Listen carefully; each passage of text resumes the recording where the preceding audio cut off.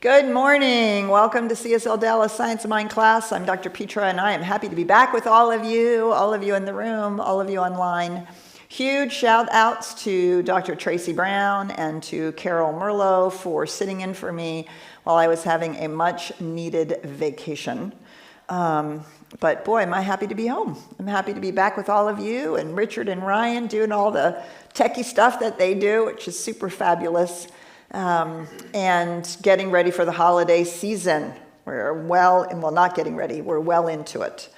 So we are finishing up this whole part one. Oh my God, who knew we would ever get through it? So we're finishing up the summary, and this summary is really useful and really valuable to help us think about the nature of reality and the nature of being, irrespective of our own personal experience. And one of the things that I've noticed in the last 40 years of teaching the science of mind is that we forget that we can think philosophically, and we tend to only think psychologically. Which is, well, how does this affect me? What is my experience of it? And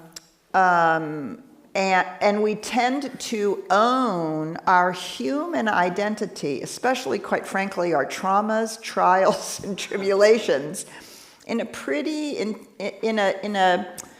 sort of oh God, I've been speaking German now, and now all that's coming to me with the German words, that's just so funny.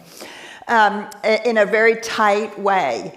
And thinking philosophically actually helps us not be the center of the universe, which is critical. Of course, we are the center of our own universe, but we are not the center of the universe.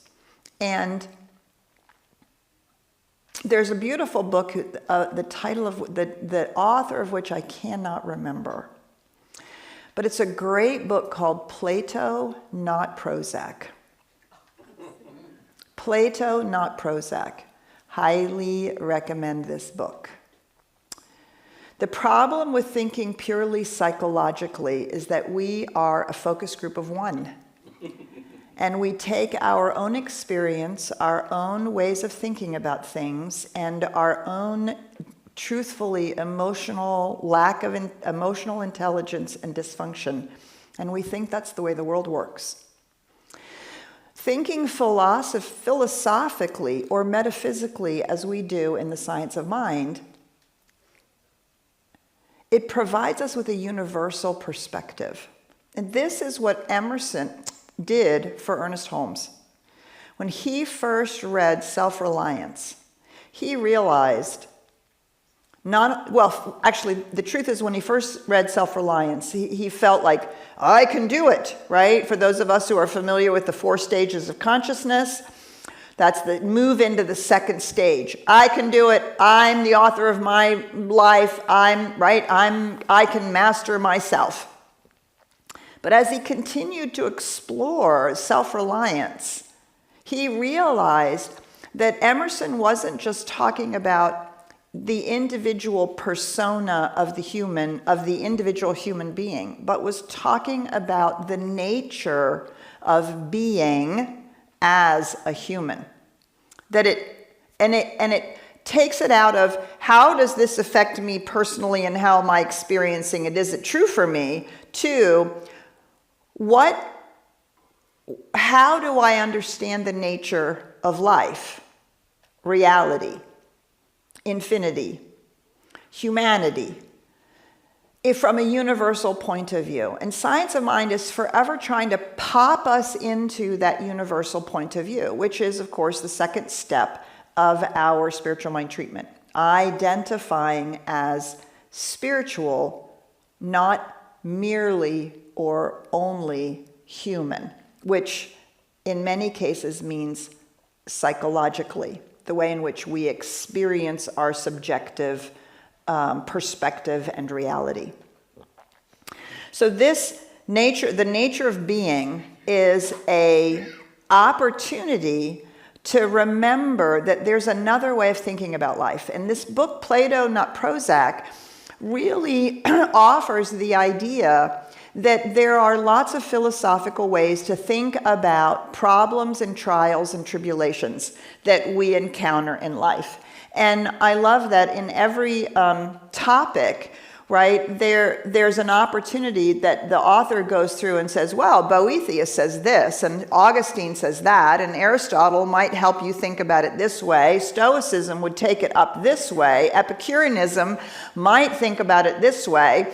And by reading these different philosophical ways in which people have thought about it from a larger sort of universal point of view, what we discover is that there are things that might resonate with us that help us actually manage the issues without always feeling like we're psychologically traumatized by them or broken or they need to be fixed or we can't handle it, all of which is not true. And so this is why I really, really recommend this summary chapter, especially these sections on the nature of being. It's so fundamental to living from a spiritual point of view and not just having our spirituality be something that we like to talk about, read about, learn about, and that kind of thing, but actually when push comes to shove, to be able to access that as opposed to needing Prozac or Valium or Xanax or whatever the things are that help us cope. Drugs, alcohol, whatever addiction we might use to manage things. And so that's really what's happening here in this chapter. So we're going to go back to the bottom of page 132, and we're going to this is sort of the denouement of the whole argument, the whole philosophical line of thinking that we've been talking about now for, 2 years? I think we started September 2 years ago. Human beings, we reenact the divine nature on all three planes. We reenact the divine nature. We don't have to become divine. We don't have to become spiritual. We are already living this way. Our beingness is already operating this way. We are self-knowing in our conscious mind. It's in our conscious mind that we know ourselves. Creative through our subconscious reactions, right, which is the use of the law, and we have a physical body. Just as the nature of reality has the impulse, the spiritual impulse, which we call love or presence or the I am, has the creative medium and the universal law of cause and effect, and creation, physical universe, the infinite physical universe. That in sum total is the oneness. All of that in sum total is the oneness. And we too are part of that oneness. We too are a microcosmic, he uses the word reenactment. What might we say? We might talk about the holograph, right? If a holograph is broken apart, every shard has a slightly blurred but exact image of the original holograph. And we could think about that, slightly blurred. I always like that. That's sort of the human overlay. That's the human experience, is that slightly blurred part, which is also then, of course, what individuates us, because every shard of a holograph is slightly blurred in a different way, which is a really interesting thing to examine. What a great metaphor that is. Yeah. So we reenact the nature of reality on all three planes. So so human beings are in an eternal state of complete unity with the whole. Eternally, this is already true. So what are we doing? What are we doing what are we doing with our spirituality? We're trying to remember it, and we're trying to discover it as the truth of our being, and we're trying to operate out of it. We're not trying to make us become it. Does that make sense? Because we already are it. We don't have to become any more spiritual than we already are. We don't have to become any more one with the divine than we already are. We don't have to learn how to we don't have to use the law any more than we already are. What we have to do is learn how to use it consciously. The whole point here is to become conscious of the nature of being. And that is all being. The being of the one and the being of us as self-aware beings. Our conscious mind is our understanding of God. Our subjective mind is our use of the universal creative medium. And our body is one with the body of reality. So these are things that cannot be stressed strongly enough.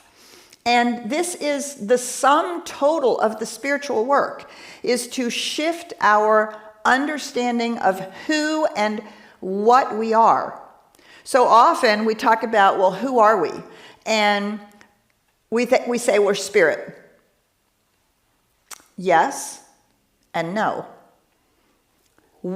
Sometimes it's a more powerful question to say, ask ourselves, what am I? What am I? I am the universe individuated. Rather than who am I am spirit trying to be more spiritual, or I am a human being trying to be spiritual, or who am I am this white woman who is a minister, who does these things, who has these traits, who, right? We can often think about, when we ask the question, who am I? We can easily think about more and more our most the identity of our human being that we identify with the most, which is great because that's the clearest part of our individuation. But what we are is a place where the nature of reality is being reenacted.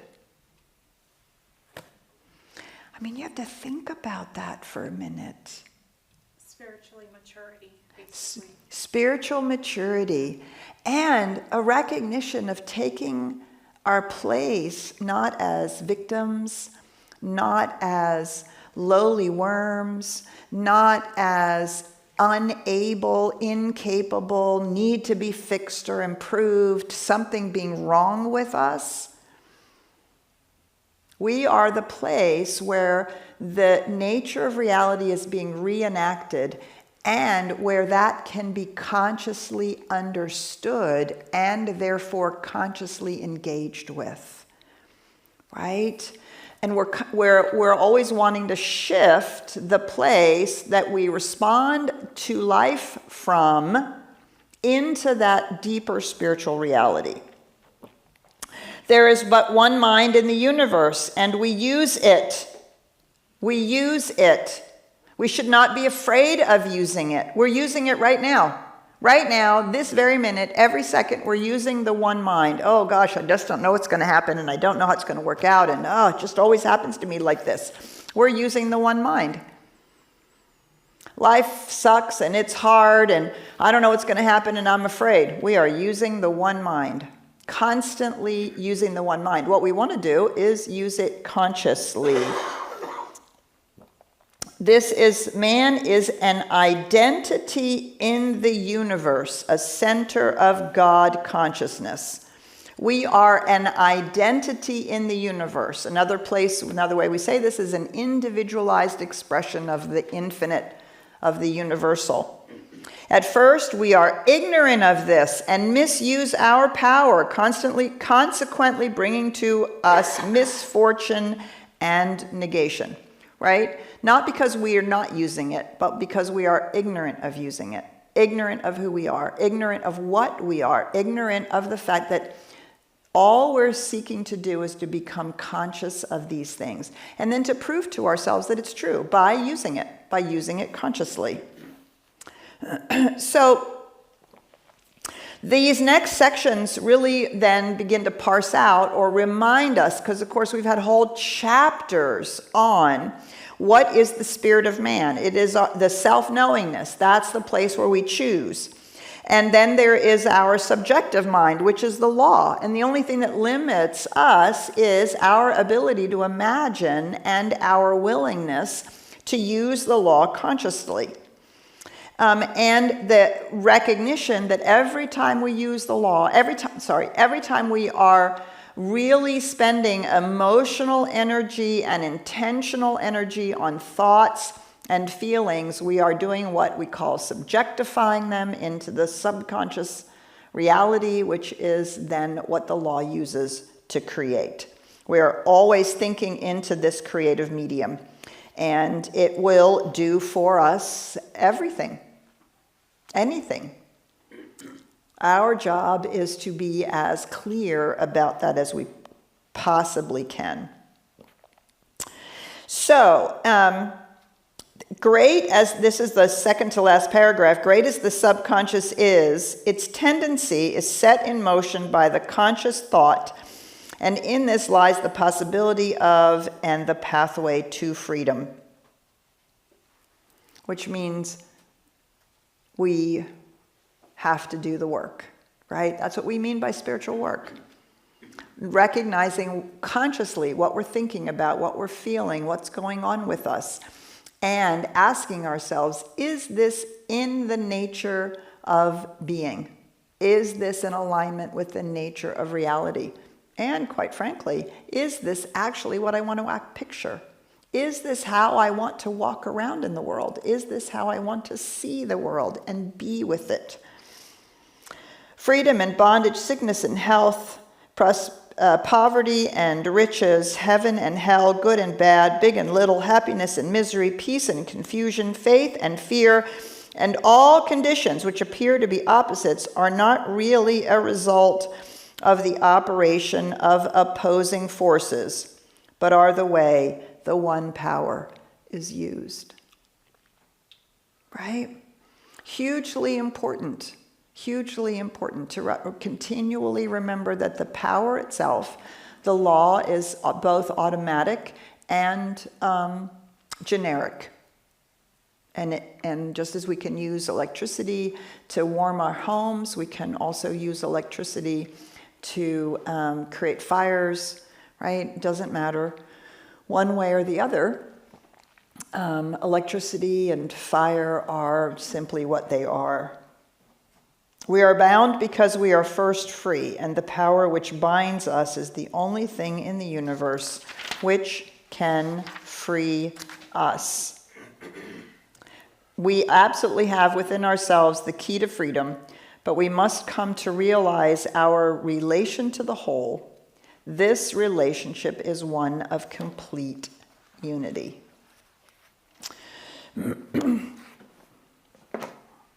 This is like the heart of the matter, is that shift into identification and a recognition that we're spirit humans. We're not just spiritual beings having a human experience, and we're not just human beings trying to become spiritual. This is the actual nature of reality, and it's going on all the time. So we're going to stop here and we're going to check in. What part of this still kind of niggles or challenges or feels like it is the place where you're doing your spiritual work? How can we support each other? How can we support you? What is it that might be a key to the leap that needs to be made within our own consciousness?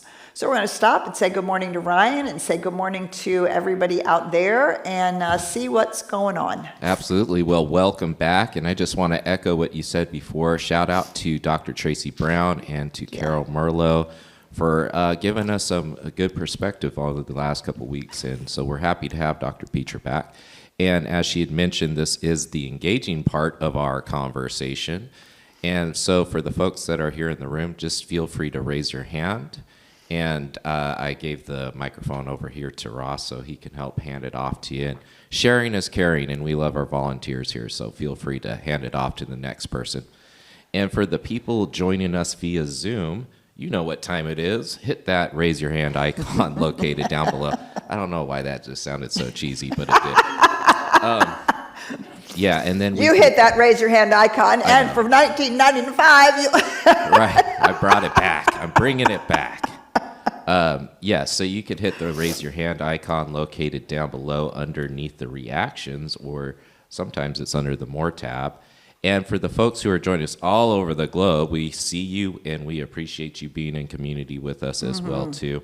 And you can always leave your questions and comments inside of the chat, and I can bring that into the room as well. Yay. And Donnell, you know what time it is. He's over there going, yeah. Anyways, I'm over it. So going back to your question, anybody here in the audience like to comment, thoughts? Yeah. Ross? Okay. This is Good, Ross. and then we'll have somebody in the back too. All right. Well, I'm not giving it up quite yet. One of the things I find remarkably helpful is if I keep a mental list of Holmes's definitions, Yes. because he has a very different definition from the popular one. And any time I hear someone use the wrong definition, I go, oh, that goes clink. I need to keep going. What is soul? Yes. Well, it's not Right. the popular definition. Yes. And when I hear love, that's not the popular definition by a wide margin. It's super important, and that's why the glossary in the back of the book is so fabulous. There's a glossary back here in the back of the book somewhere. My book has also a concordance. Well, anyway, I can't find it. And so that's really important, Ross. I love that you bring that up. For the whole system to make sense, you have to stick very tightly to his definitions. Yes.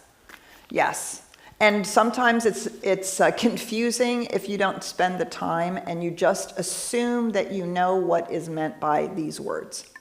Because you get it wrong. Yeah, because we take our popular or we take our tradition and we simply change the name, and we don't realize that we haven't actually changed the understanding we have of the nature of reality. Right? We've simply exchanged the word spirit for God, but we still are seeing it as something outside of ourselves, or we've not really understood that we're not separate. We still feel like we're trying to get to something. So yeah, the glossary back here is amazing. And these definitions are all in the back.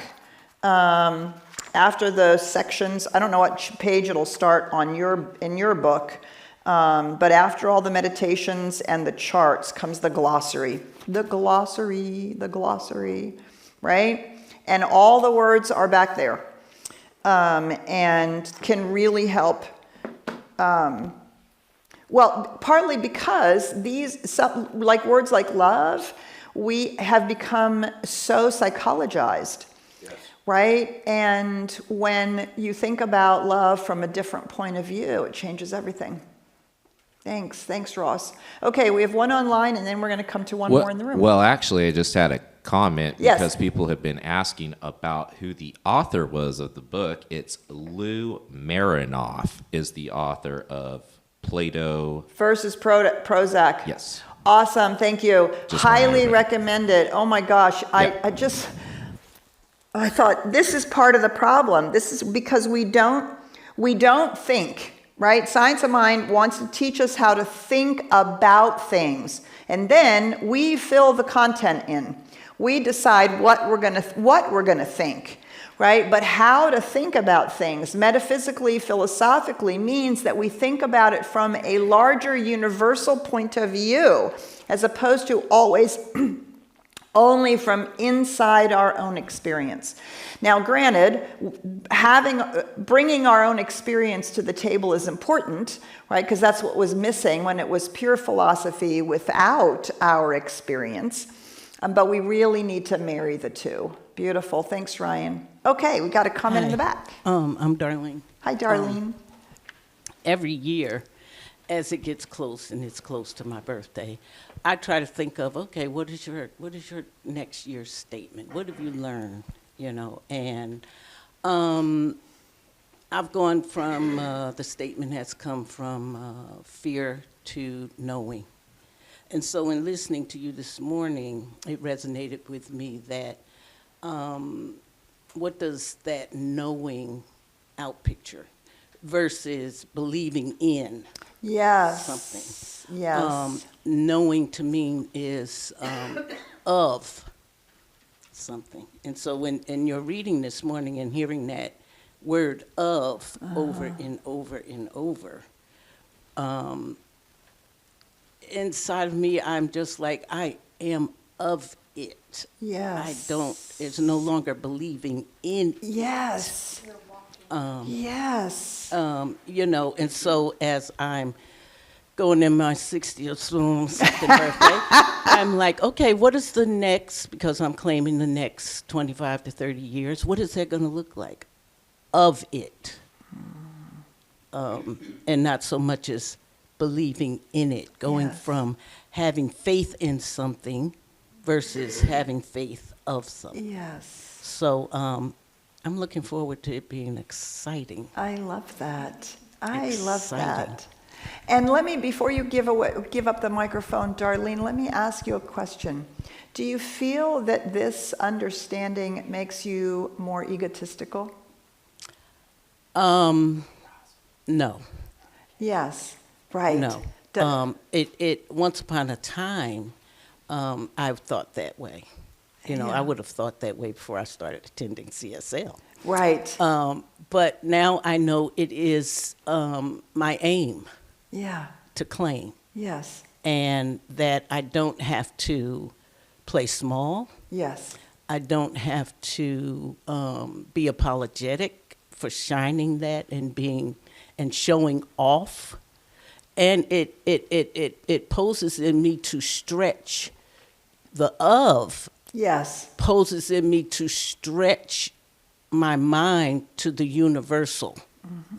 Instead of just, like you said, from the belief in is all about me. Yeah. All about me trying to become something, all about me looking for something, instead of knowing that I am of it. And so whatever I outpicture, I can claim it. Yes. I don't need anybody's approval. Right. And that just makes me feel 35 again. I love that. Absolutely, right? And I think, I think that's so valuable and important. And I love that your answer was, before I might have thought this was egotistical, but now I realize it's not, because that's the fear always, especially with spiritual people who are not yet fully in the embracing of that identity. The fear continues to be cultivated. That, what are people going to think? Or who am I thinking? I'm God. I'm walking around saying I'm the divine. I'm part of the one. What do you think? And we've been trained not to do this. And if we do this, it's called being egotistical. What I've discovered for myself, and I love the way that you said that it's about shining who we are, right? It's about being the gift that we are. And what I realize is that the universe needs us to do that, or it is unexpressed. And the more fully I embrace that this is the truth, then what I notice is the more awe-inspiring it is. And the less I feel the need to, what is that? The less I feel the need to show or to have outward manifestations of, well, look at me, I'm doing it, right? Because we're simply being it. Simply being it. And then our doing is just the outpicturing. It's just the natural manifestation of the gift that we are and who we've come here to be and what it is that we've come here to express in our own unique and joy-filled way. Beautiful. Thank you. Thanks, Darlene. All right, I'm going to call up Donnell. Donnell, do you want to go ahead and unmute yourself and join us? Good morning, Donnell. Hey, good morning, beautiful people. How's everyone doing? Doing great. Yeah, man, I thought this conversation was so amazing when we think about the role that identity plays in our experience. And I love the way that you say we are not just spirit on a human experience, because that's such a common notion that we hear in spiritual philosophy. And we tend to hold on it, but it also makes me think about the role that imposter syndrome plays compared to, the nature of existence being expansion. Yes. The idea that, we come to this reality thinking one thing, knowing one thing, and how all of our family, different experiences develop who we are compared to when you go to the spiritual awakening. And when you come into the knowledge, there's a duty of what you do with that knowledge. And, the more you try to turn against it and the resistance, and you come to this almost sense of like, what the heck is going on in my life? And you kind of have to go through the roller coaster ride. But I feel like there are those inklings of beauty that show up where you feel like you're engaging with the universe. And after a while, you kind of see the mirror of the universe, and it becomes like a game. And the fascination of the synchronicities when you see your conscious mind come into an awareness of the superconscious mind and the subconscious mind. And it just becomes a beautiful tale the more and more that we come into it. But there is the unfortunate part, or not unfortunate, I wouldn't say, but there is a duality. There is the lower aspects of consciousness and the role that polarities play. And all of Yes. all of it. So I love how we can see it from this holistic perspective that allows us to know that we are in union with it, and that we don't have to live a life of disempowerment, especially if you've been raised to look at God. When I was going through church and so much, seeing prayers and seeing miracles and for certain people, I always came to this reality that how come Jesus didn't face all the fear, and how come Jesus wasn't disempowered, and how did he come to this sense of like cosmic consciousness that allowed him to know his oneness from a universal perspective? And if he's to say that we are to do exactly what he done and more, then how come we have this, almost like this common thing where we believe more of what Jesus said he could do than he believed in what he said we could do. And I think this is why the science of mind becomes such a powerful thing, because if you grasp the reality that your life is a reflection of your identity, there's not really much of an ego to it. Right? Yes. And it's just beautiful. So that's my take on it. Beautiful. Donnell, thank you so much for sharing all of that. It was beautifully expressed. And it does revolve so much around our identity. And part of the way in which we impinge on our identity is all the labels that we wear, all the ways in which we define ourselves. And so it's interesting. I was just having this conversation over the last couple of weeks, so this is a short story about when I first became involved with a woman in a relationship, and I happened to be at the university, and I was in a psychology class, and the psychology class was exploring the rise of the modern idea of self-identity, which comes out of what is called modernity, right? So the last 500, maybe 600 years. And it is the disembedding of people from the group consciousness, right? The tribe consciousness, the village consciousness, all those kinds of ways in which we experience ourselves as part of a group. And all of the expectations that come with that. Your father was the blacksmith, you're going to be the blacksmith. Your father was the king, then if you're a boy, you're going to be the king. And so we were doing this whole conversation about identity, self-identity. Well, meanwhile, I was in this relationship, and the woman who I was in relationship with, all of her friends they would come to me and they would say, now I know you're going to have an identity crisis because you've always been with men before this. And so, if we can help you, if I can be there for you, it's going to be okay. Don't worry, don't worry. And the more they said it to me, the more I thought, is there something wrong with me? Because I don't feel the need to have a conversation about this. Should I be having an identity crisis? Should I be, and I was conflicted, and I thought, I'm obviously not doing this correctly. So I would be having an identity crisis, right? And so, so I went to my professor. We were having to do a big term paper, and I went to my professor and I said, I need to know that my term paper is confidential because I actually want to explore this in my term paper. Self-identity and this identity crisis that I should be having and apparently am not. And am I suppressing it? What is going on? Well, I had also been in the science of mind by this time for 15 years. I'd already been a minister for 10. And so I wrote this paper. And I realized that for me, one of the things that the science of mind taught me how to do was to release the labels of my humanity. Yep.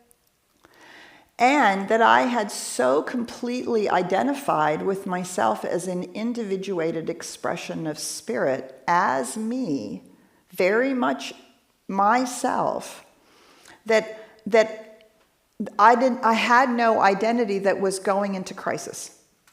Because I didn't label myself. I've never labeled myself in any way, whether it has to do with my body or my race or my sexuality or my fact that I'm an immigrant. My native language is German. I just don't carry the labels. I've never carried the label of any of those things, and therefore I've also truthfully felt very little impingement from some of those labels. And I found it really fascinating to explore how much the universal identity, the identity of being a spirit human, had shifted so that there is that. I loved, Donnell, that you used the word beauty. I have become enamored over the last few years about the quality of the divine, that beauty is a quality of the divine, that beauty is the quality of the wholeness and the oneness. And I remember first learning about that and going, beauty, I took art history and I took, and beauty is in the eye of the beholder and yada, yada, yada, yada. But in the last few years, this notion that when we are living, as Darlene so beautifully put, when we're living out of the truth of the identity as this spirit human, then it is, our lives are filled with beauty, beautiful moments, beautiful interactions. It's really worthwhile spending a little time actually asking ourselves, what are we saying when it is the quality of the divine beauty? And I notice for myself that there are so many other qualities. Beauty to me is an outpicturing of order and harmony and alignment and grace, and then there's those moments, those experiences, those expressions, and it is filled with beauty. I actually sometimes find that I more properly, or more, it's not the right word, naturally now experience beauty versus chasing joy, which is a really interesting thing for me to have become aware of. So this idea of identity, do you see, it means that we're walking around in the world coming from a different place. It's our identity is our come from place. And if it is purely psychological, purely about the human condition, then our come from place is all of the things that need to be fixed, or the traumas that we've had, or the ways in which we are limiting ourselves. We are limited by those things. shifting that come from place from the universal identity. And then I'm going to come to you, Ross, in just a minute. So then I love this statement by Emerson. It's in his essay, The Oversoul. And the image I have is, he says, and then we stand loosely in the middle of the stream of life.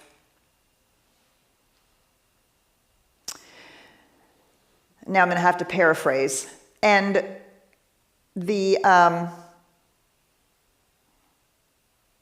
notions that we have about ourselves hang loosely about us like cloth blowing in the wind.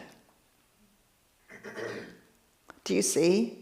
My identity is this, my identity is that, my role is this, the thing I have, the fact about my life, that I had trauma, the loss of a parent, all of that hangs loosely about me because we're standing in the middle of the stream of life. And that I think it captures what it means when we're standing in that identity. That's our come from place. It's not that those things aren't there. It's not that they aren't a part of our experience, but they hang loosely about us. They don't bind us or confine us or limit us or become the thing that we say, well, you know, that's just the way I am. Yeah. All right, Ross, last comment, and then we're going to carry on to the next events. I love it when you do these things. Joy seems to be, at least on the surface, an emotional state. And I don't know if it's more complex than that, it might be. Beauty seems to be a lot bigger than an emotional state. Uh-huh. But I have no idea what it is. Right. If you got 3 words to help me with this. Not 3, that's a joke, but what is, I mean, I get that you really experience it in some complex way and that you like it better than joy.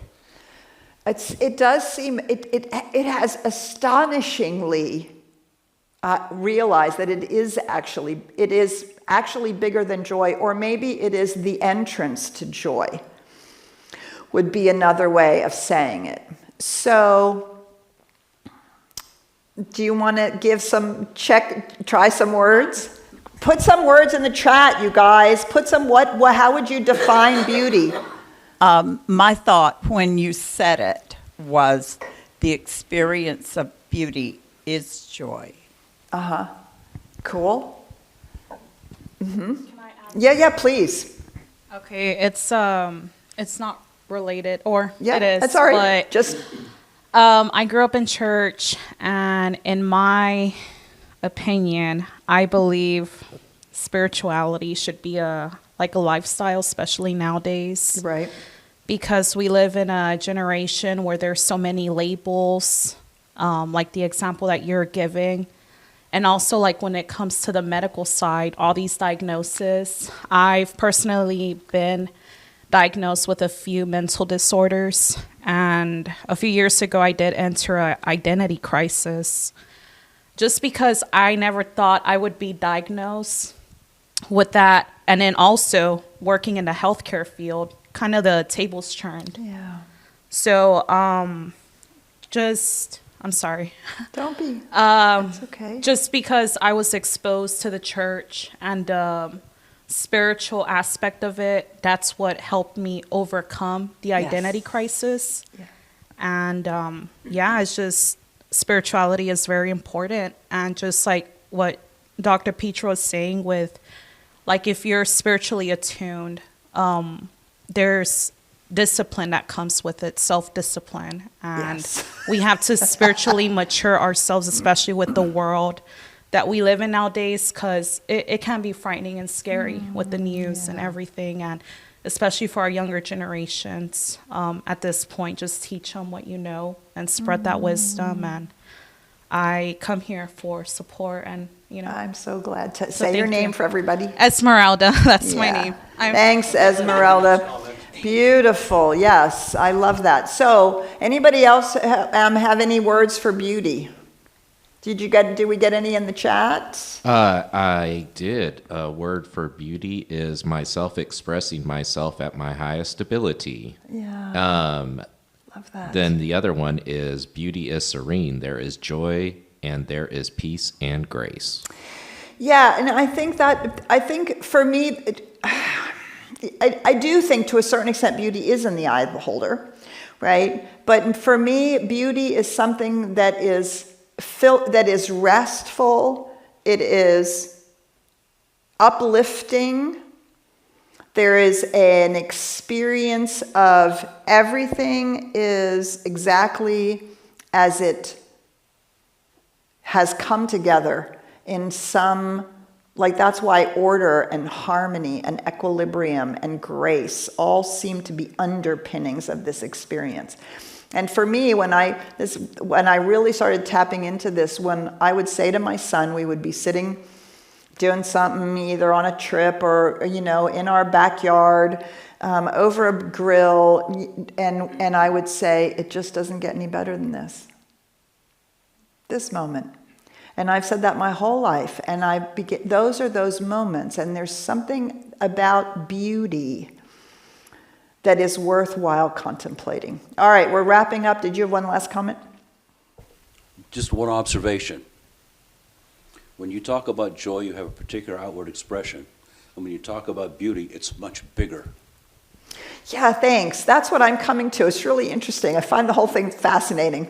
And it's not beauty in any like, oh, that person is beautiful and that person is not. That kind of architecture is beautiful and that kind of architecture is not, right? It's not that kind of thing.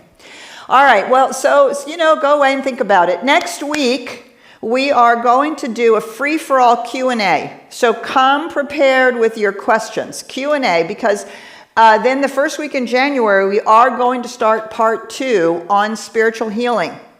So the whole second part is about application. This has all been theory. That's all application. So come with your questions. Bring whatever topic or thoughts you have to our time next week. We look forward to seeing you on Christmas Eve. It's live streamed, which will be a fabulous event. We'll see you at the celebration this afternoon. We have the Burning Bowl coming up. Faye is doing a beautiful job with the Kwanzaa celebration next Sunday, all kinds of things.